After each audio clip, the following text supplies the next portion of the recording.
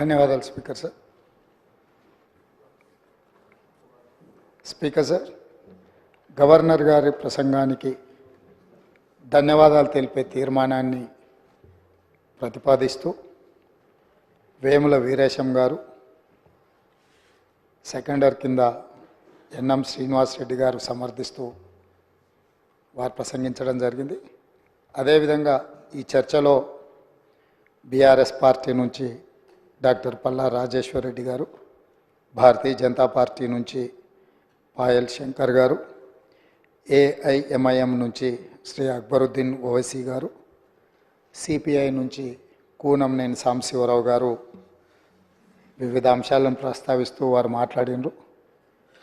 Governor గారి ప్రసంగానికి ధన్యవాదాలు తెలిపే ఈ చర్చలో పాల్గొంటూ ప్రధానంగా అధ్యక్ష, ఈ రాష్ట్ర ఏర్పాటు ప్రక్రియకు మీరు సజీవ సాక్షి. తెలంగాణ రాష్ట్ర సాధన క్రమంలో ప్రజల యొక్క ఆలోచన, ప్రజల యొక్క భాగస్వామ్యము ఇవన్నీ మనం కళ్ళారా చూసి మంత్రివర్యులుగా, ఎంపీపీగా ఉద్యమం జరుగుతున్న సందర్భంలో ప్రజలతో కలిసి మీరు మనము అందరం ఆ రోజు తెలంగాణ రాష్ట్ర సాధనకు చేసిన ప్రయత్నం అంతా మీకు ఇంకా గుర్తుండే ఉంటుంది, మాకందరికీ కళ్ళ ముందు ఇంకా కదులుతూనే ఉంది. తెలంగాణ భౌగోళిక రాష్ట్రం మాత్రమే కాదు అధ్యక్ష, 4 కోట్ల ప్రజల భావోద్వేగం తెలంగాణ రాష్ట్రం అంటే. మనందరికీ రాష్ట్రం ఒక ఎమోషన్. తెలంగాణ చరిత్ర లోతుల్లోకి వెళ్ళి చూస్తే అడుగడుగున ఉద్వేగం, గుండె బరువెక్కే సందర్భాలు, సంఘటనలే ఉంటాయి. ఇలాంటి సంఘటనలు సుదీర్ఘ పోరాటం, వందలాది ప్రాణ త్యాగాలు, విద్యార్థులు ఫనంగా పెట్టిన జీవితాలు తెలంగాణలో తండాలలో, గూడాలలో, మారుమూల పల్లెల్లో మనకు కనిపిస్తాయి. ఏది ఏమైనా జూన్ 2, 2014 ఈ నేపథ్యంలో తెలంగాణ రాష్ట్రం ఏర్పడ్డది. ఈ రాష్ట్ర ఆవిర్భావము, గొప్ప ఆశయాలు, అద్భుతమైన కళలతో 4 కోట్ల ప్రజలు తమ జీవితంలో ఒక కొత్త ప్రయాణాన్ని మొదలుపెట్టిండ్రు అధ్యక్ష.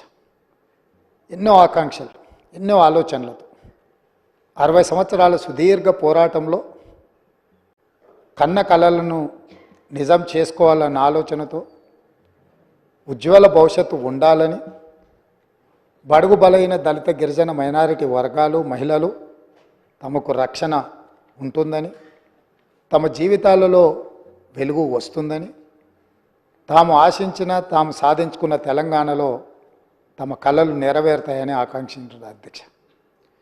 9.5 సంవత్సరాల తర్వాత ఈరోజు ఈ సభలో మనందరం మళ్ళీ తెలంగాణ నేపథ్యాన్ని, 9.5 సంవత్సరాల గత పాలనలో జరిగిన అంశాలను ప్రస్తావించుకుంటూ ఇంకా కూడా ఆనాటి విధ్వంసకరమైన పరిస్థితులు, ఆధిపత్యం చెలాయించడం, పోలీసులను పెట్టి అణిచివేయడం, ప్రభుత్వం మారినా మన జీవితాలలో మార్పు వచ్చినా ఇంకా భయం మనల్ని వెంటాడుతూనే ఉంది అధ్యక్ష.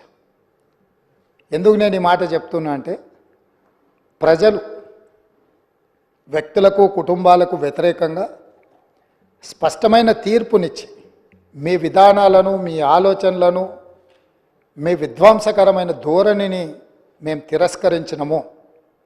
కాబట్టి మీలో మార్పు రావాలి, అందుకే మీ అధికారాన్ని మార్చినాము. ప్రధాన ప్రతిపక్షంగా మీ బాధ్యతను నెరవేర్చాలని ప్రధాన ప్రతిపక్ష హోదా వారికి ఇచ్చి ప్రజలు ఇంకొక అవకాశాన్ని ఇచ్చే ప్రయత్నం చేశారు. దురదృష్టవశాత్తు గవర్నర్ గారి ప్రసంగం రోజు ప్రధాన ప్రతిపక్ష నాయకుడు హాజరు కాలేదు. ఈరోజు ఈ చర్చలో అయిన వారు సుదీర్ఘమైన రాజకీయ అనుభవము, పరిపాలనలో వారికి అనుభవం ఉన్నది, 80,000 పుస్తకాలు చదివిన తెలంగాణ రాష్ట్రంలో అందరికంటే అతి గొప్ప మేధావిని అని వారు పదే పదే వారు ప్రస్తావిస్తుంటారు. ఆ మేధావితనం ఈ 4 కోట్ల తెలంగాణ ప్రజల యొక్క అభ్యున్నతి కోసం వారు ఉపయోగించి ఈ సభలో మా ప్రభుత్వం తీసుకుంటున్న నిర్ణయాలను సహేతుకంగా విశ్లేషించి ప్రస్తావించి ఏవైనా సలహాలు సూచనలు ఇచ్చి ఈ ప్రభుత్వం తీసుకుంటున్న నిర్ణయాలలో ఏమైనా ప్రజలకు ఇబ్బంది కలిగే అంశాలు ఏమైనా ఉంటే వాటిని సవరించి వారు సూచన చేస్తే వారి సూచనలు తీసుకొని ప్రతిపక్షాన్ని ప్రతిపక్ష నాయకుడిని గౌరవించి మా ప్రభుత్వము ప్రజాపాలన అందించాలన్న ఆలోచనతో సభలోకి వచ్చినాం అధ్యక్ష. కానీ ప్రధాన ప్రతిపక్ష నాయకుడు రాకపోవడం, ఆ కుర్చీ ఖాళీగా ఉండడం ఈ సభ యొక్క గౌరవానికి మంచిది కాదని చెప్పి తమరి ద్వారా ప్రతిపక్ష నాయకుడికి సూచన చేస్తున్నాం అధ్యక్ష.